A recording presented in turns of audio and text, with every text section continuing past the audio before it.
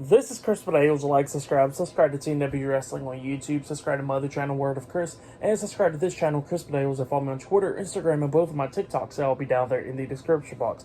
And I'm here to do my AEW Dynamite September 13th, 2023 reviews. So here we go, discussing about tonight's episode of AEW Dynamite. Now, we kick off the show with a one-on-one match. It was the AEW International Champion, Jon Moxley versus Big Bill with Ricky Starks at ringside in a one-on-one match for the AEW International Championship. This match, it was a pretty good match between these two guys.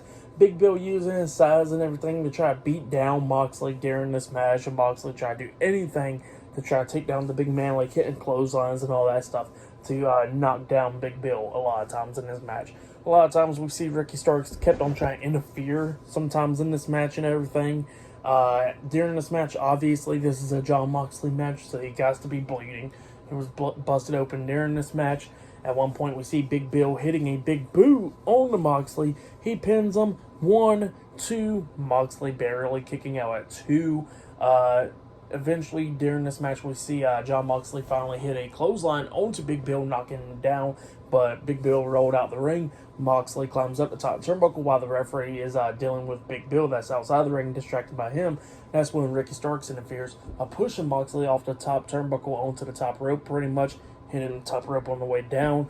And then during the match, Bryan Danielson comes running down, and he's going at it with Ricky Starks, both of them brawling outside the ring. Ricky Starks managed to get the upper hand by throwing Danielson into the steel steps and everything. Big Bill gets into the ring. Jon Moxley jumped off the second turnbuckle, but he gets caught in the air, and Big Bill hits a chokeslam onto him. He pins him 1, 2. Moxley barely kicking out at 2. Moxley still got some life in him.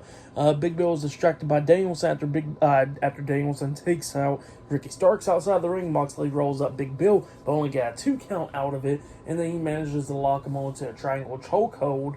While Ricky Starks trying to get into the ring and all that stuff, Bryan Danielson's holding him down, making sure he won't. Big Bill kept on trying to fight out of it, trying to lift up Mox and all that stuff, but it wasn't working out. Then eventually he just taps out. So yeah, Jon Moxley defeated Big Bill tonight in a one-on-one match, and he has retained the AEW International Championship. That's what happened. It was a pretty good match to kick off the show. After the match ended, Ricky Starks immediately starts beating down Bryan Danielson.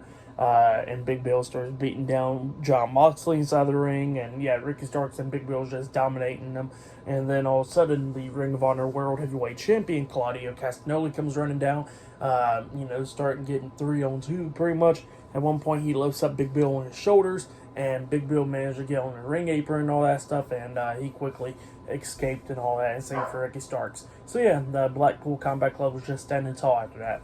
Pretty good stuff for the match. And what happened after the match, I'll give it 3 stars. That's what I'll give it. It was entertaining and all that stuff. So yeah, that's what I'll give the first match. But then after that, we see Renee Paquette backstage interviewing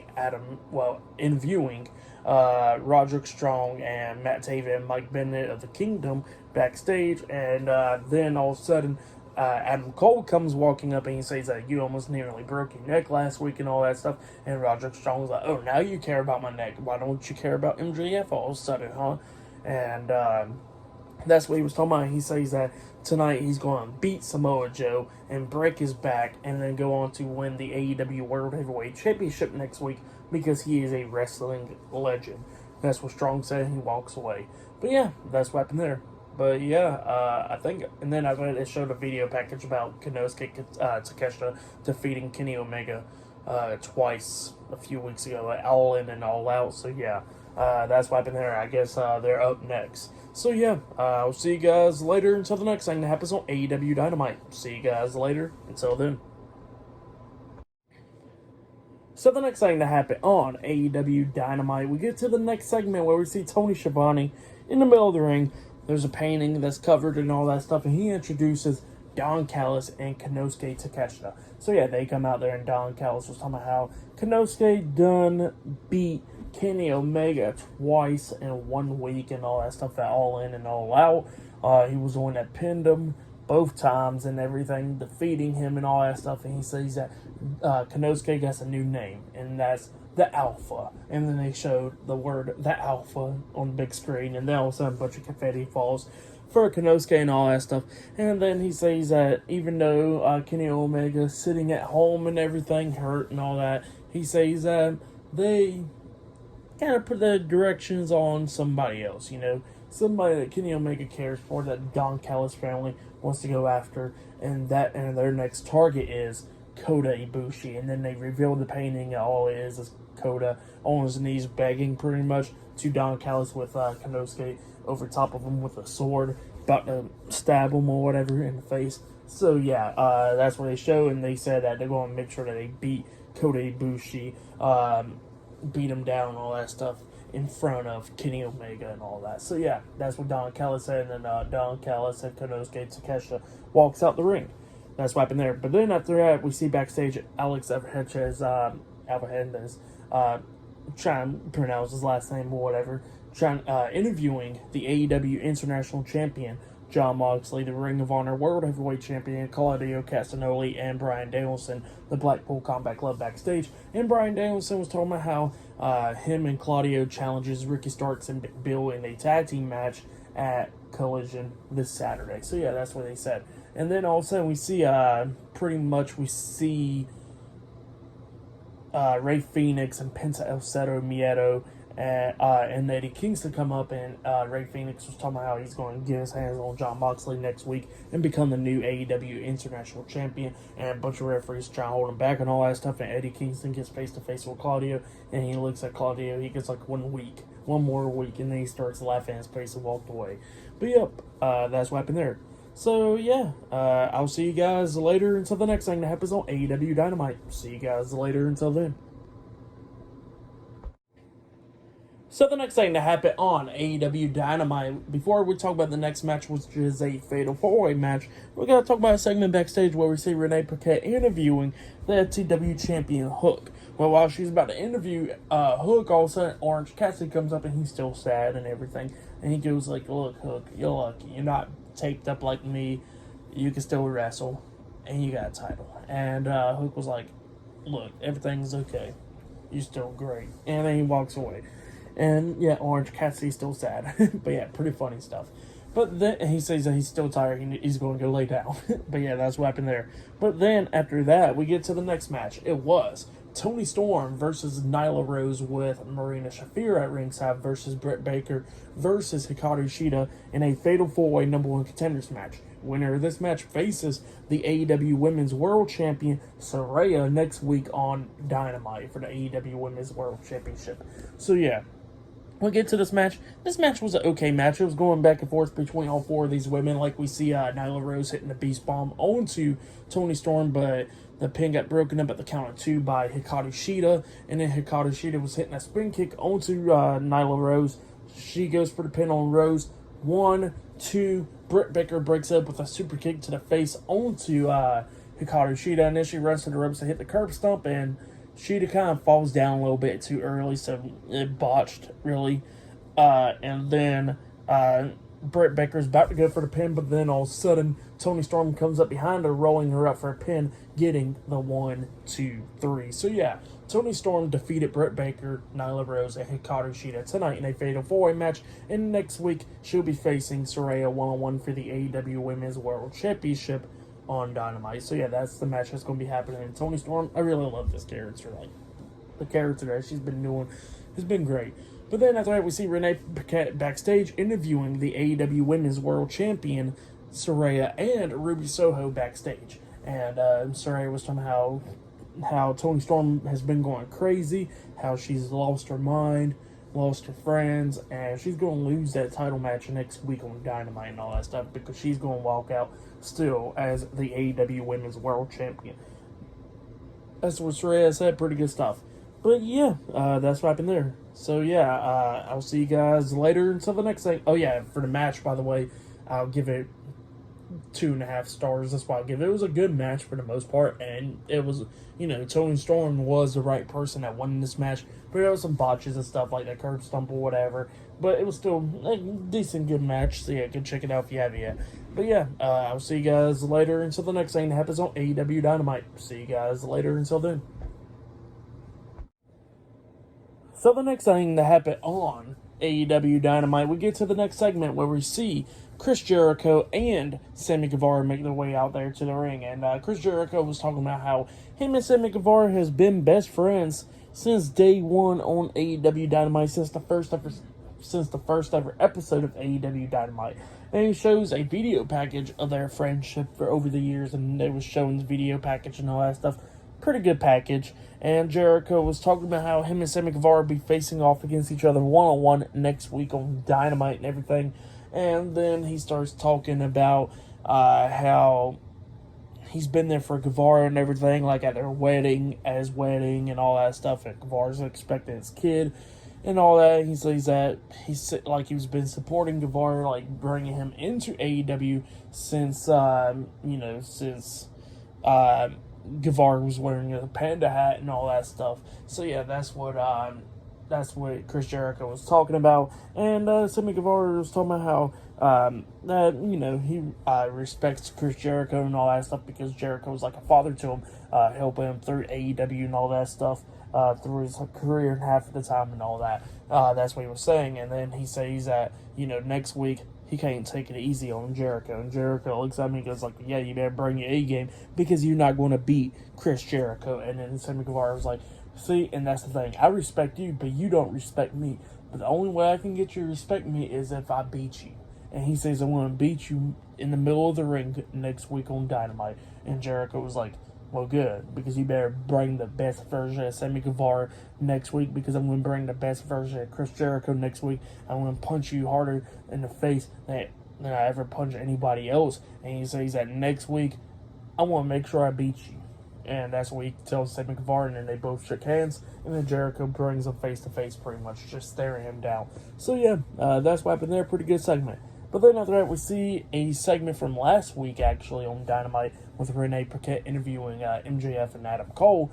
And the doctor was talking about how MJF was not going to be on Dynamite this week, which he's not, but he'll be on Dynamite next week, and he'll be able to compete in a match next week on Dynamite. So yeah, that's what the doctor said. And MJF was talking about how he got two people that's in the tournament, that's in the finals. That he could either face, it will be Samoa Joe or Roderick Strong. And he starts talking about Roderick Strong, talking about how he's a bland bitch and all that stuff. And he can't wait that he wants to see Roderick Strong try to beat him because he says that he's faking a neck injury, and he says that he's going to make sure he beats him next week. And he says then we got Samoa Joe, and then he says that he's going to choke out Samoa Joe and all that stuff. And he starts doing the Steiner math. If everybody knows that, go look it up. But yeah, great stuff.